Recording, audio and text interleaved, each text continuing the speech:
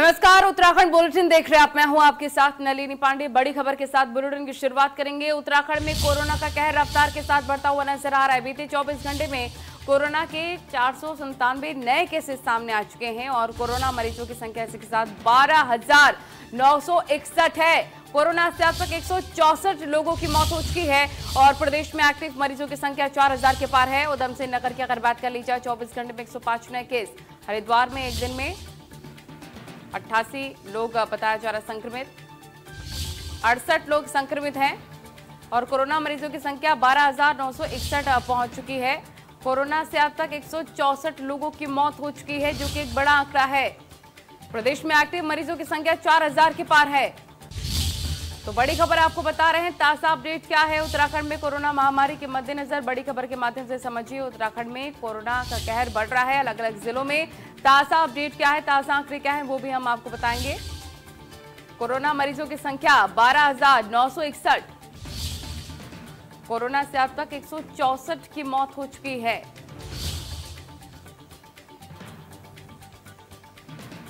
तो कोरोना से अब तक संक्रमितों की संख्या में लगातार इजाफा हो रहा है। उत्तराखंड में कोरोना काफी ज्यादा बढ़ रहा है। 4000 के पार केसेस, एक्टिव केसेस हम आपको बता रहे हैं प्रदेश में।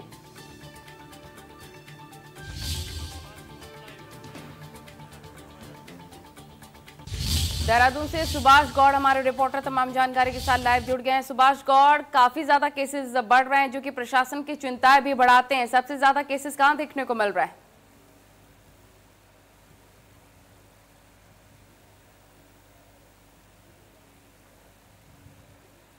मरीज से लेकर जो स्थिति है वो बदलती हुई नजर आ रही है। न केवल राजधानी देहरादून बल्कि हरिद्वार जिले में भी जो मरीजों का आंकड़ा है वो लगातार बढ़ता जा रहा है और देखा जा रहा है कि लगातार जो हरिद्वार जिले के मरीज हैं उनके आंकड़ों में बहुत ज्यादा इजाफा हो रहा है। यानी कि कहा जा सकता है कि हरिद्वार में लगातार जो मरीजों का आंकड़ा बहुत तेजी से बढ़ रहा है। और सबसे बड़ी चीज ये है कि हरिद्वार नहीं बल्कि उधम सिंह नगर, देहरादून या फिर नैनीताल, ये 3-4 ऐसे जिले हैं जहाँ लगातार मरीजों का आंकड़ा बढ़ा और यही वजह है कि प्रदेश में जो कोरोना पॉजिटिव मरीजों का आंकड़ा है वो लगातार बढ़ता जा रहा है। और सबसे बड़ी चीज ये है कि इसकी रोकथाम के लिए जरूर सरकार कई बार प्रयास कर रही है। लगातार ये देखा जा रहा था कि शनिवार और रविवार को भी लॉकडाउन करने की सरकार ने प्रयास किया कि ताकि इस तरीके से जो शहर में लोग लगातार बिना मास्क के घूमते हैं या फिर बिना जो सोशल डिस्टेंस का पालन करते हुए घूमते हैं उन पर कहीं ना कहीं रोक लग सके। और जिस तरीके से कोरोना वायरस के मामले बढ़ रहे हैं उनमें कहीं ना कहीं सरकार रोक लगाने की कोशिश कर सके। प्रशासन निरंतर अपना काम कर रही है, लोगों का साथ देना बहुत जरूरी है। आप बने रहिए, अपडेट आपसे आगे भी लेते रहेंगे। आगे बढ़ेंगे। सीएम त्रिवेंद्र सिंह रावत की आज अहम मीटिंग होने वाली है और सीएम कोरोना को लेकर डॉक्टरों के साथ महत्वपूर्ण चर्चा करने वाले हैं। कोरोना काल में ड्यूटी कर रहे डॉक्टर्स से वो बातचीत करेंगे और वीडियो कॉन्फ्रेंसिंग के माध्यम से सीएम बातचीत करेंगे कोरोना को लेकर। बड़ी खबर आपको बता रहे हैं, आज महत्वपूर्ण मीटिंग मुख्यमंत्री त्रिवेंद्र सिंह रावत की। देहरादून से खबर आपको बता रहे हैं, सीएम त्रिवेंद्र सिंह रावत की आज महत्वपूर्ण मीटिंग और कोरोना को लेकर डॉक्टर से चर्चा करेंगे। कोरोना काल में जो डॉक्टर्स ड्यूटी कर रहे हैं उनसे बातचीत करेंगे। सुभाष गौड़ तमाम जानकारी के साथ लाइव हमारे साथ जुड़े हुए हैं। सुभाष गौड़, लगातार डॉक्टर से बातचीत भी कर रहे हैं और इस पूरी परिस्थिति पर मुख्यमंत्री खुद नजर बनाए हुए हैं। आज इसको लेकर महत्वपूर्ण मीटिंग भी है। जी बिल्कुल, लगातार जिस तरीके से मरीजों का आंकड़ा प्रदेश में बढ़ रहा है, ये देखा जा रहा था कि शुरुआती दौर में बैठकों का दौर जरूर सरकार और स्वास्थ्य विभाग के जरिए हुआ, लेकिन जिस तरीके से मरीजों का आंकड़ा अब बढ़ रहा है उसके बाद सरकार और स्वास्थ्य विभाग द्वारा कोई भी बातचीत नहीं की गई। और अब खुद मुख्यमंत्री त्रिवेंद्र सिंह रावत वीडियो कॉन्फ्रेंसिंग के जरिए उन डॉक्टरों से बात करने की कोशिश करेंगे जो कोविड-19 में अपनी महत्वपूर्ण भूमिका निभा रहे हैं, ड्यूटी दे रहे हैं। तो ऐसे में जरूरत है कि उनसे बात करने की कि आखिरकार कमियां कहाँ पे वो देख रहे हैं, क्योंकि शुरुआती दौर से वो कोविड में ड्यूटी कर रहे हैं और लगातार अभी तक उनकी ड्यूटी जारी है। तो ऐसे में वो जानने की कोशिश करेंगे कि लगातार जो मरीजों का आंकड़ा प्रदेश में बढ़ रहा है उसका रीजन क्या है। साथ ही उनके ये भी जानने की कोशिश करेंगे इलाज में किस तरीके की उनको प्रॉब्लम्स आ रही है, साथ ही मरीजों का किस तरह का रिस्पॉन्स है। यानी कि कहा जा सकता है कि मुख्यमंत्री त्रिवेंद्र सिंह रावत उन सभी डॉक्टरों से बात करेंगे या कुछ मरीजों से भी बात करने की कोशिश करेंगे वीडियो कॉन्फ्रेंसिंग के जरिए। लेकिन बड़ा सवाल ये है कि आखिरकार जिस तरीके से प्रदेश में कोरोना पॉजिटिव मरीजों का आंकड़ा बढ़ रहा है उसके लिए रोकने के लिए किस तरीके की नीति सरकार बनाती है, क्योंकि अब खुद मुख्यमंत्री त्रिवेंद्र सिंह रावत फ्रंट लाइन पर आकर इसको देख रहे हैं, क्योंकि वो वीडियो कॉन्फ्रेंसिंग के जरिए बात कर रहे हैं और कई महत्वपूर्ण फैसले उसको कोरोना वायरस की रोकथाम को लेकर वो ले सकते हैं। जी बिल्कुल, बहुत शुक्रिया आपका तमाम जानकारी साझा करने के लिए। इस बीच आपको बता दें देहरादून से महत्वपूर्ण खबर मिल रही है, उससे आपको रूबरू करवा दें। इस वक्त की बड़ी खबर देहरादून से, जहां पर 2016 से पीसीएस परीक्षा न कराने का मामला, तो हाईकोर्ट ने उत्तराखंड सरकार से इसको लेकर जवाब मांगा है। और आपको बताएं लोक सेवा आयोग से भी हाईकोर्ट ने जवाब तलब किया है। अपडेट आपको दे रहे हैं इस पूरे मामले पर। हाईकोर्ट ने जवाब के लिए 3 हफ्ते का वक्त दिया और समाज सेवी रविंद्र जुगरान की याचिका पर महत्वपूर्ण सुनवाई। तो बड़ी खबर आपको देहरादून से बता रहे हैं, इस वक्त की बड़ी खबर 2016 से पीसीएस परीक्षा न कराने का ये पूरा मामला आपको बता रहे हैं, जिसमें हाईकोर्ट ने उत्तराखंड सरकार से जवाब मांगा है। लोक सेवा आयोग से भी हाईकोर्ट ने जवाब मांग लिया है और इसी के साथ आपको बताया हाईकोर्ट ने जवाब के लिए 3 हफ्ते का वक्त भी दिया है कि आपको 3 हफ्ते के अंदर जवाब देना होगा। रविंद्र जुगरान की याचिका पर सुनवाई। आगे बढ़ेंगे, आपको बता दें कि महेश नेगी पर लगे आरोप पर सीएम का बड़ा बयान सामने आया है। दोनों पक्ष पुलिस में अपनी शिकायत दे चुके। पुलिस मामले की निष्पक्ष जांच कर रही है, सीएम का कहना है, और पुलिस की जांच पूरी होने दीजिए। जो दोषी होगा उस पर सख्त कार्रवाई होगी। बीजेपी विधायक पर एक गंभीर आरोप लगा है, महिला ने यौन शोषण का आरोप लगा है और इस पूरे मामले पर मुख्यमंत्री ने एक बड़ा बयान जारी किया है, वो हम आपको बता रहे हैं। उन्होंने कहा कि पुलिस की जांच पूरी होने दीजिए, निष्पक्ष जांच पुलिस कर रही है और जो भी दोषी होगा उसके खिलाफ सख्त कार्रवाई की जाएगी। महेश नेगी पर लगे आरोपों पर मुख्यमंत्री का बयान। उन्होंने कहा कि पुलिस अपना काम कर रही है, जांच पूरी हो जाने दीजिए, उसके बाद जो भी इसमें कल्प्रिट पाया जाता है, जो भी दोषी होगा उसके खिलाफ सख्त कार्रवाई होगी। तो सीएम त्रिवेंद्र सिंह रावत ने इसको लेकर क्या कुछ कहा है, सुनवाते हैं आपको। देखिए, मैं समझता हूं कि ये उसमें दोनों लोगों ने अपनी शिकायत पुलिस को दी और पुलिस को अपना काम करने देना चाहिए। देखिए, मैं समझता हूं कि ये उसमें दोनों लोगों ने अपनी शिकायत पुलिस को दी और पुलिस को अपने। तो बीजेपी विधायक महेश नेगी के मामले में विधानसभा अध्यक्ष प्रेमचंद अग्रवाल का बयान सामने आया है और विधानसभा अध्यक्ष प्रेमचंद अग्रवाल का कहना है कि इस मामले में उनके पास किसी की कोई भी शिकायत नहीं आई है, लेकिन ये जरूर है कि पुलिस को मामले में उचित कार्रवाई करके जांच करनी चाहिए।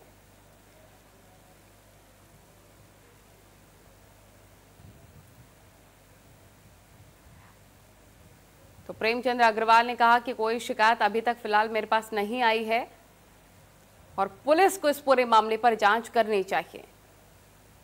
गंभीर आरोप लगे हैं बीजेपी विधायक पर।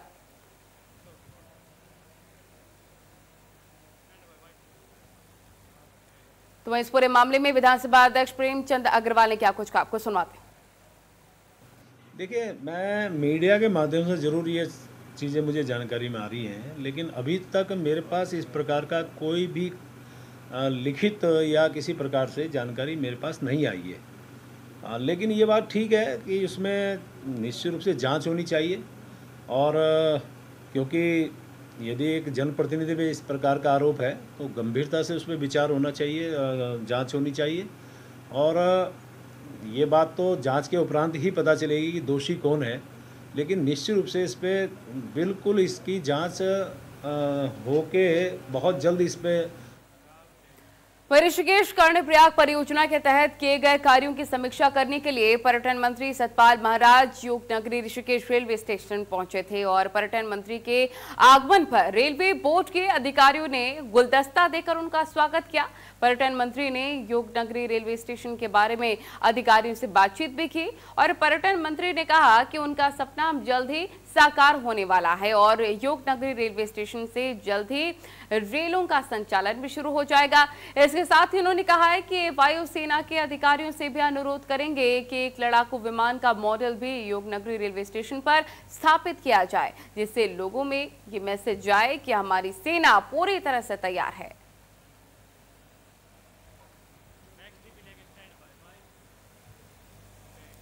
आगे बढ़ेंगे। उत्तराखंड में विधानसभा चुनाव भले ही अभी दूर हों, लेकिन राजनीतिक दलों ने अपने अपने स्तर पर तैयारियां तेज कर दी हैं। हरिद्वार में सैकड़ों की संख्या में कांग्रेसियों ने दिन में टॉर्च की रोशनी में शहर भर में नगर निगम कार्यालय ढूंढने की कोशिश की है। दरअसल 2.5 साल पहले शहर के विधायक और मंत्री मदन कौशिक ने हरिद्वार में भव्य नगर निगम भवन की नींव रखी थी। तत्कालीन भाजपाई मेयर के साथ शहरी विकास मंत्री मदन कौशिक ने देवपुरा चौकी के पास बनने वाले इस भवन का शिलान्यास भी किया था, लेकिन 2.5 साल बीतने के बाद भी इस भवन का निर्माण नहीं शुरू हो सका है, जिससे नाराज कांग्रेसियों ने मेयर अनीता शर्मा के नेतृत्व में प्रदर्शन किया है और इस मौके पर बड़ी संख्या में कांग्रेस कार्यकर्ताओं ने शिरकत भी की थी। वहीं चमोली के नंदप्रयाग नगर पंचायतों की स्वच्छता सर्वेक्षण 2020 में पहला स्थान हासिल हो चुका है। 20 अगस्त को खुद प्रधानमंत्री नरेंद्र मोदी वर्चुअल कॉन्फ्रेंस के जरिए नगर पंचायत अध्यक्ष हेमानी वैष्णव को सम्मानित करेंगे और इसे लेकर चमोली जनपद सहित नंदप्रयाग नगर लोगों में काफी खुशी का माहौल है। नगर पंचायत अध्यक्ष हेमानी वैष्णव ने बताया है कि नंदप्रयाग नगर में स्वच्छता को लेकर साल 2019 के अप्रैल महीने में सर्वेक्षण कार्य शुरू हुआ था।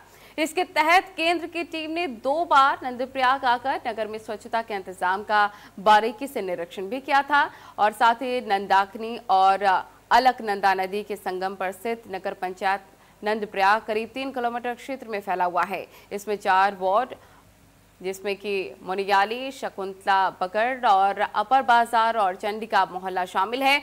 यहाँ की जनसंख्या 2447 है और स्वच्छता के ऑनलाइन सर्वे में शहरी विकास मंत्रालय की टीम की ओर से नंदप्रयाग में स्वच्छता को लेकर आम लोगों का फीडबैक भी लिया गया था। फीडबैक में करीब 6000 लोगों की प्रतिक्रिया सामने आई थी।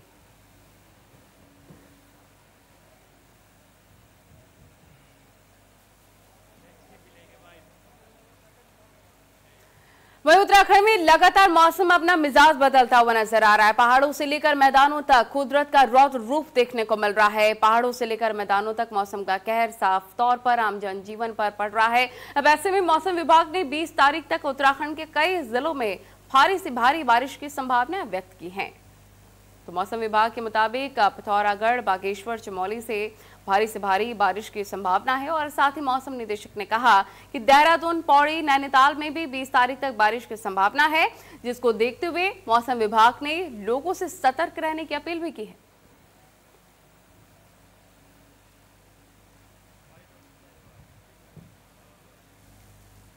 इसी तरह जो और डिस्ट्रिक्ट्स अगर आप देखें तो इसमें देहरादून है या फिर आप नैनीताल है, टेहरी, पौड़ी डिस्ट्रिक्ट्स हैं या हरिद्वार भी है, तो इनमें भी संभावना है कि एका दुक्का जगहों में भारी बारिश जो है ये 18 से लेकर 20 तक का जो पीरियड है इसमें देखने को मिलेगी।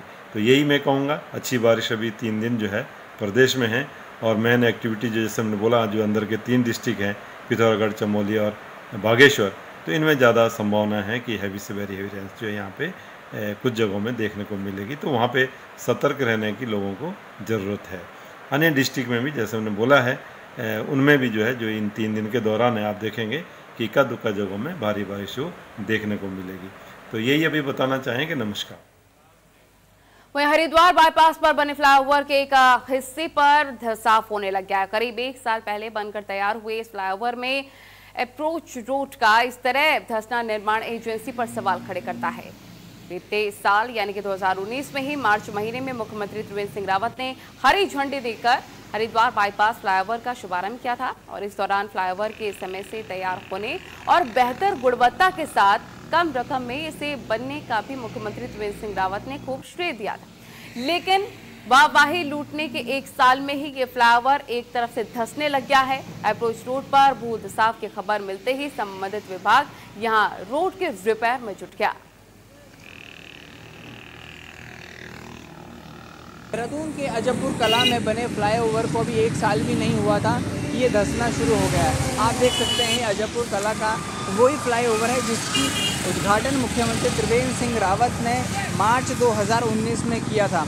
हालांकि 1 साल पूरा होने के बाद से ही जो ये फ्लाईओवर है वो अब धंसने लगा है। सबसे बड़ी चीज़ ये है कि 1 साल के भीतर ही जो शहर के महत्वपूर्ण फ्लाईओवर हैं उसमें से ये गिना जाता था और 1 साल के भीतर ही ये धंसने लगा है। हालांकि जो निर्माणाधीन संस्था थी PWD, जब उनसे बात करने की कोशिश की तो उन्होंने बताया कि जो जल निगम है वो अपनी जो पानी की पाइपलाइन है इस फ्लाईओवर के नीचे से ले जा रही हैं, जिसके चलते जो ये फ्लाईओवर है ये धंसने लगा है। हालांकि सवाल ये खड़ा होता है कि आखिरकार महत्वपूर्ण जो जनता के कमाई है, यानी कि जो बनता जो कर देती है उससे बनाए गए इस फ्लाईओवर में 1 साल के भीतर ही धंसने लगा है, तो आखिरकार इसका बड़ा जिम्मेदार कौन होगा।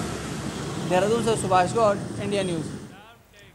वहीं चमोली में लगातार हो रही बारिश से इंसानों के साथ साथ अब भगवान भी आफत में पड़ चुके हैं, लेकिन यहां पर आफत पर भक्तों की आस्था भारी पड़ती नजर आ रही है। दरअसल इन दिनों चमोली जनपद में विश्व प्रसिद्ध नंदा लोकयात का आयोजन चल रहा है और 14 अगस्त को चमोली के विकासखंड घाट स्थित नंदा देवी के मंदिर सिद्धपीठ कुरुंड से मां नंदा की डोली कैलाश के लिए विदा हुई।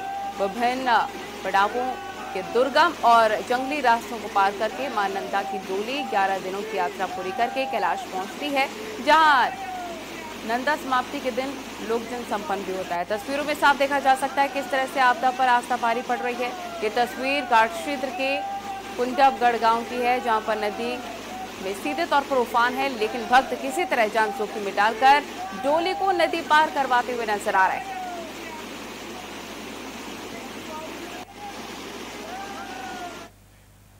वहीं पौड़ी जनपद के दुगड्डा क्षेत्र उफान पर आए हैं और न्यार नदी में एक जलती चिता देखते ही देखते पल भर में बह जाती है, जबकि कुछ समय पहले ही नदी का जलस्तर समाप्त था। नदी में अचानक से आए इस सैलाब से दाह संस्कार में आए लोगों ने भी भागकर किसी तरह से अपनी जान बचाई है। जानकारी के मुताबिक दुगड्डा क्षेत्र में एक नेपाली मूल के व्यक्ति का दाह संस्कार नयार नदी में किया जा रहा था और अचानक से इस नदी में आए सैलाब ने तबाही मचा डाली, जिस पर लोगों ने भी भागकर किसी तरह से अपनी जान बचाई है। वहीं पर जलती चिता के बह जाने पर शव भी नदी के तेज बहाव में बह गया, जिसका कोई पता नहीं चल पाया है।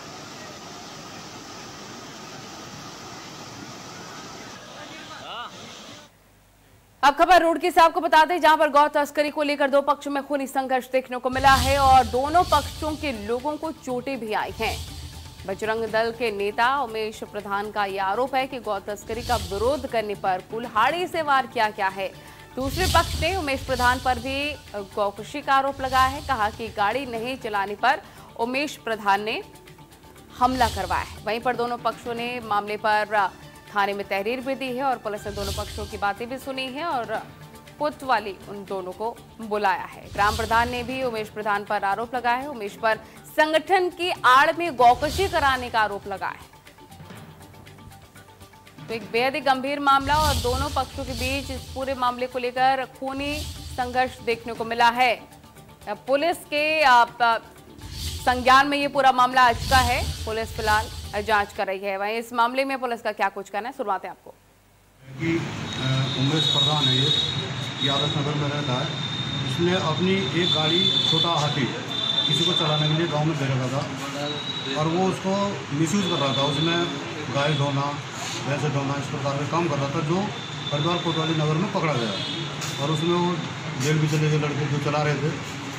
उसी टेम्पो को लेकर जो है ललित प्रधान, जो कहाँ के शंकरपुरी थे, बेल्डी के प्रधान है, बेल्डी के, और ये उमेश का आदर्श नगर का है। इन्होंने आपस में बैठने के लिए चल भाई बात करते हैं। ये आदर्श नगर, वहाँ से आदर्श नगर से बेल्डी चला गया। वहाँ पे इसी टेम्पो को लेकर इनकी बातचीत होते होते कहा से हुई, दोनों में हाथापाई हुई है। इसी बीच बड़ी खबर रुड़की से मिल रही है, जहां पर चिकित्सालय के बाहर मिला है मृतक पशु। हाथ पैर बंधे मृतक बैल मिलने के बाद हड़कंप मच गया है और अज्ञात लोग छोड़कर फरार हो गए हैं। चिकित्सालय अधिकारी ने पुलिस को सूचना दी है। मौके पर पहुंची पुलिस तफ्तीश कर रही है। एक बड़ी खबर आपको बता रहे हैं, चिकित्सालय के बाहर एक मृतक पशु मिला है। बताया जा रहा है कुछ लोग उसे वहां पर छोड़कर फरार हो गए हैं। पुलिस मौके पर पहुंची हुई है, जांच कर रही है और बताया जा रहा है कि इस पशु के हाथ पैर भी बंधे हुए हैं।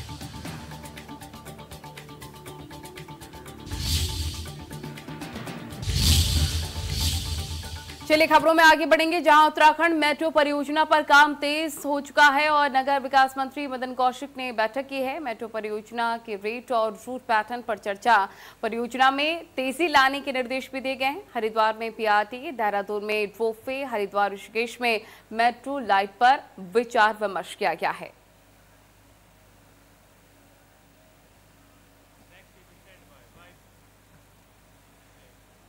वहीं उत्तराखंड में स्वास्थ्य सेवाओं का बुरा हाल है। जनपद पौड़ी का जिला अस्पताल रेफर सेंटर बन चुका है और अगर बात करें जनपद पौड़ी जिला अस्पताल की, तो यहां पर अस्पताल आज अपनी बदहाली के आंसू रो रहा है। वहीं पर जनपद पौड़ी जिला हॉस्पिटल में नहीं है कोई भी सुविधा और स्थानीय निवासियों को परेशानियों का सामना करना पड़ रहा है।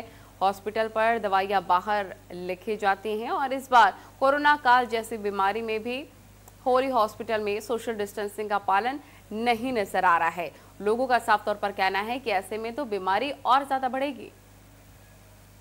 लेकिन इस पूरे मामले पर अस्पताल प्रशासन कुंभकर्णी नींद सोई हुई है। तो लोग काफी ज्यादा परेशान हैं और स्थानीय लोगों का क्या कुछ कहना आपको सुनवाते हैं। डॉक्टर्स एक ही है, सब चीज़ों का मतलब कि एक ही चीज़ को देखने के लिए सारे डॉक्टर्स एक ही बात चाहते हैं। तो डाइवर्सिफिकेशन होना चाहिए हमारे मेडिकल सिस्टम के अंदर और ये चीज़ हम चाहते हैं। दवाइयाँ जिस तरह से कुछ बाहर से भी लेके जा रही होगी या यहीं से सारी दिख रही? चीज़ों में प्रॉब्लम हो जाती है सर, जैसे कि कोई दूर दराज क्षेत्र से आता है, पैथोलॉजी लैब का जो टाइमिंग है वो 11 बजे तक है। 11 बजे के बाद कोई टेस्टिंग नहीं होती है, इसलिए हमें भी बाहर से कराना पड़ रहा है। जैसे कि आजकल देखा गया है कि लॉकडाउन है तो गाड़ियाँ नहीं, जिनके पास साधन दूर दराज से आ जाते हैं तो उनको गाड़ी नहीं मिलती, तो कैसे करेंगे फिर वो? क्या चाहते हो आप सरकार, क्योंकि उत्तराखंड के मुख्यमंत्री से क्या चाहते हैं? स्वास्थ्य विभाग भी उन्हीं के पास है। गवर्नमेंट से मैं ये अपील करूँगा कि सर ज़्यादा से ज़्यादा जो सार्वजनिक वाहन है उनका उपयोग। चलिए खबरों में आगे बढ़ेंगे, जहां पर रुड़की में बैलगाड़ी द्वारा तिरंगा यात्रा निकालना कांग्रेस को भारी पड़ गया। पूरे मामले में रुड़की के सिविल लाइन कोतवाली में सोशल डिस्टेंसिंग और धारा 144 के उल्लंघन करने के आरोप में मुकदमा दर्ज कर लिया गया है, जिसके बाद मंगलौर विधायक काजी निजामुद्दीन ने अपनी प्रतिक्रिया जाहिर की है। उनका साफ तौर पर कहना है कि ब्रिटिश काल का समय अब बीजेपी के दौर में दोहराया जा रहा है। अंग्रेजी शासन काल में भी कांग्रेस का दमन किया जाता था, आज भी दमन किया जा रहा है। उन्होंने गुस्सा जाहिर करते हुए कहा कि टूटी फूटी सड़कों का विरोध करना बीजेपी को अखरता है और रैली के दौरान किसी तरह का सोशल डिस्टेंसिंग का उल्लंघन नहीं किया गया था। सभी लोगों ने बाकायदा मास्क का उपयोग भी किया था। उन्होंने आरोप लगाया है कि बीजेपी अपने कार्यक्रम में हर तरह से सोशल डिस्टेंसिंग का उल्लंघन करती है, पर उन्हें मुकदमे के लिए सिर्फ कांग्रेस कार्यकर्ता ही नजर आते हैं।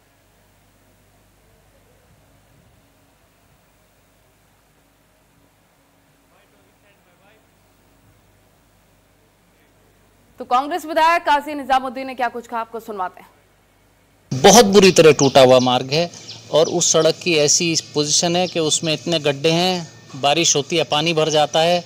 अगर सरकार चाहे, उत्तराखंड सरकार चाहे तो उन गड्ढों में मछली पालन भी किया जा सकता है, इतनी टूटी हुई सड़कें हैं। वहाँ के लोग आंदोलित हैं, आंदोलन कर रहे हैं, लेकिन सरकार उसकी तरफ कोई सुनवाई नहीं कर रही है और उन सड़कों की कोई देखरेख नहीं हो रही है। हम पर कोविड का मुकदमा किया गया, अब एक मुकदमा करें, 1000 करें, हमने अपनी तरफ से पूरा पालन किया था, हमने कोई कोविड का उल्लंघन नहीं किया। अब अगर अंग्रेज़ों की तरह दमनकारी नीति पर भारतीय जनता पार्टी की सरकार चल रही है तो हम भी विपक्ष होने के नाते अपनी आवाज़ को उठाते रहेंगे। जो भी जनहित के मुद्दे हैं हम उनको उठाते रहेंगे। इसी बीच बड़ी खबर पौड़ी से मिल रही है, उससे भी आपको रूबरू करवा देते हैं। इस वक्त की बड़ी खबर पौड़ी से, जहां पर भारी बारिश से शंकरपुर नदी उफान पर बताई जा रही है और नदी के तेज बहाव में 2 लोग फंस चुके हैं। तो इन लोगों को मौसम की मार झेलनी पड़ रही है। तस्वीरें देखिए, पौड़ी से आपको बता रहे हैं, भारी बारिश से शंकरपुर नदी उफान पर है और ये देखिए 2 लोग यहां पर फंस चुके हैं नदी के तेज बहाव में। पुलिस ने दोनों का रेस्क्यू कर लिया है, अभी बताया जा रहा है।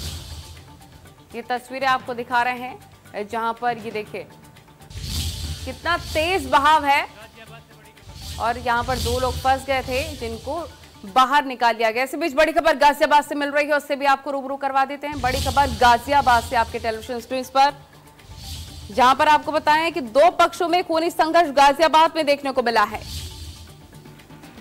तो गाड़ी खड़ी करने को लेकर ये पूरा विवाद हुआ था और नौबत हाथापाई तक पहुंच गई। दोनों पक्षों में जमकर मारपीट हुई है। गाजियाबाद से खबर, मारपीट में एक महिला घायल बताई जा रही है।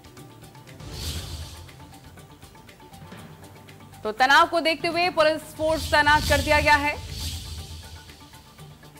बड़ी खबर गाजियाबाद से, 2 पक्षों में खूनी झड़प।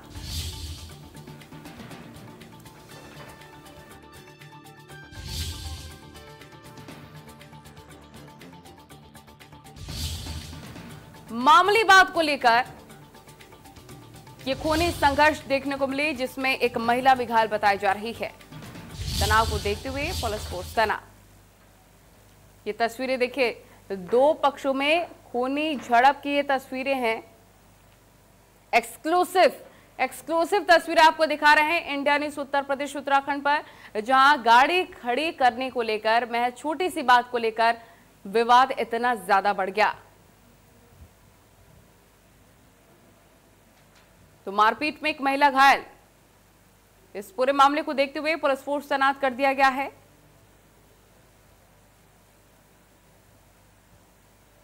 ये गाजियाबाद की तस्वीर आपको दिखा रहे हैं, एक्सक्लूसिव फुटेज। जतिन हमारे रिपोर्टर फोन लाइन पर। जतिन, मामूली बात को लेकर खूनी झड़प देखने को मिली गाजियाबाद में, एक बार फिर से ऐसा मामला।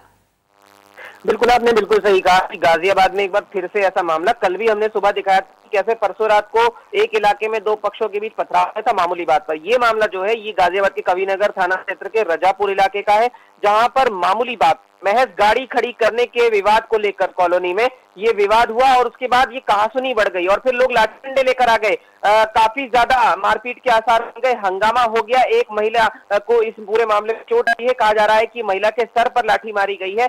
कि पुलिस मौके पर पहुंची और स्थिति को नियंत्रित किया है।